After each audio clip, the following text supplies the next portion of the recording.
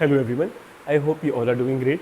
आज के इस लेक्चर में हम देखेंगे स्टाफिंग के प्रोसेस में कौन कौन से स्टेप्स इन्वॉल्व होते हैं। Let's start with them. The very first step is to estimate the manpower requirement which will consist of two types of analysis, workload, workforce. Now workload में हम ये एस्टिमेशन लगाते हैं कितने लोगों की रिक्वायरमेंट है और किस किस कैटेगरी के लोगों की रिक्वायरमेंट है। सेल्स मैनेजर, प्रोडक्शन, किसी वर्कर की जॉब की वैकेंसी है, किसी टॉप लेवल पे वैकेंसी है। So this is the workload analysis. The next analysis that we have to do is the workforce analysis, the actual number and type of people that are already employed in the organization. Now this will take us to the level which is deviation in staff for the organization. Organization में कितने staff की deviation है, कितने लोगों की अभी फिलहाल shortage है या कितने लोग अभी surplus में है. It can only be known once we estimate the manpower in the organization by both the analysis, workload, which will enable us to estimate the number and type of people which are required in the organization for performing various duties, and then afterwards we will be doing workforce analysis, which will take us to the actual number of people who are currently employed in the organization for different designations. Once we are clear with the deficiency, how many people we are falling short of, the next step is to recruit, inviting applications, or I'd say stimulating people to apply for the vacant position. So basically we are going to put some advertisements in the newspaper. We might want to publish it on websites. There are multiple websites for recruitment purposes, or we could give an advertisement in the magazines, or we could like put banners in the local areas, or we can even put a poster on the gate of the factory, also called as direct recruitment method. So basically we have to ignite the people, we have to stimulate the people to apply for the vacant position so that we can have a pool of applicants. Pool of applicants मतलब multiple लोग apply तभी करेंगे जब आप multiple sources में उन लोगों को लालच दोगे अप्लाई करने के लिए. तो once you have wide choice of the candidates, you can select the most suitable one. Now it is kind of a negative process because earlier so many people applied at the stage of recruitment. Now among those many candidates you will be picking the most suitable one. Now definitely it is going to increase the morale of the employee who is going to get selected. Along with उसका esteem भी बढ़ेगा, उसको prestige भी बढ़ेगा ultimately when he will be selected after these many guidelines. उसका interview conduct हुआ होगा, उसके टेस्ट कंडक्ट हुए होंगे, उसका मेडिकल एग्जामिनेशन कंडक्ट हुआ होगा, उसका रेफरेंस एंड बैकग्राउंड चेक हुआ होगा, तब जाके एम्प्लॉय सिलेक्ट होकर आया होगा. उसको इतना समझ में आ जाएगा कि भाई इस कंपनी में कितना सीरियस तरीके से हर एक काम परफॉर्म करा जाता है. जब ये लोग सिलेक्शन के टाइम पे इतना रिगरस प्रोसेस फॉलो कर रहे हैं, सो आप जब ये मुझसे काम करवाएंगे तो कितना सीरियसनेस ये लोग एक्सपेक्ट करेंगे. तो ये चीज़ें उसको क्लियर करने के लिए सिलेक्शन बहुत साइंटिफिक मेथड्स के थ्रू होनी चाहिए, not with hit and trial method कि रैंडमली किसी को भी उठा कर ले आए. So most suitable candidate hire कर लेने के बाद आपको नेक्स्ट स्टेप पे उसका नाम प्लेस कर देना है. प्लेसमेंट का मतलब ये होता है कि जो ऑर्गेनाइजेशन का स्ट्रक्चर है जिसमें हर किसी का नेम लिखा हुआ है, कौन सा पर्सन किस लेवल पर काम कर रहा है, उस वेकेंट पोजीशन जो भी आपकी खाली पड़ी हुई थी, उस वेकेंट पोजीशन में इस सिलेक्टेड एम्प्लॉय का नेम फिल कर दिया जाए ताकि ये वहाँ पर प्लेस हो गया कि अब ये पर्सन ये वाला काम परफॉर्म करेगा, ये इस कंपनी में इस पोजीशन पे प्लेस हो चुका है. And then we have to introduce the employees with the existing employees in the organisation. जो नए कैंडिडेट्स आपने सेलेक्ट करे हैं उनको एग्जिस्टिंग कैंडिडेट्स के साथ इंट्रोड्यूस करवाओ. कंपनी के कल्चर के बारे में बताओ, कौन से फेस्टिवल सेलिब्रेट करते हो, कब ऑफ होता है, क्या वर्किंग आवर्स हैं.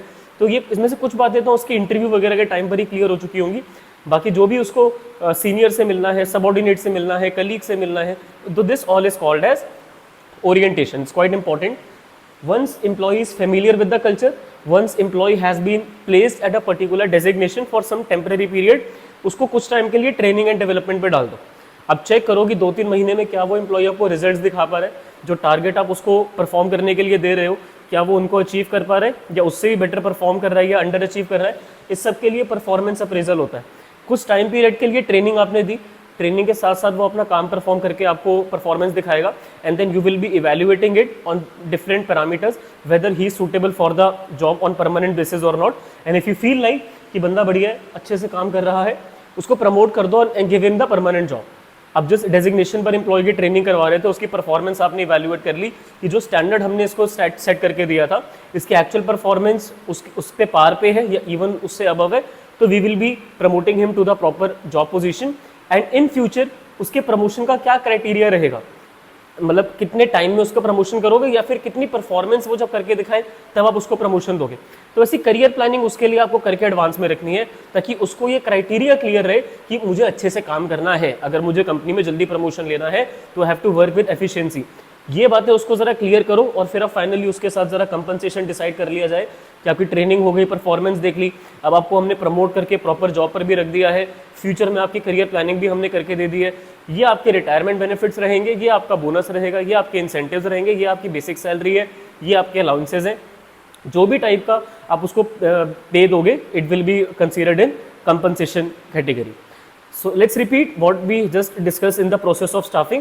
The very first step was to estimate the manpower in the organization. It will contain two types of analysis, workforce and workload. Once you are clear with the manpower requirement, the second step will be to recruit the vacant position. जो खाली position है उनके लिए लोगों को stimulate करो कि वो जॉब के लिए अप्लाई करें। फिर जो कैंडिडेट्स ने अप्लाई करा होगा उनमें से मोस्ट सुटेबल वाले को आपको सिलेक्ट कर लेना है। 3 स्टेप हो गए।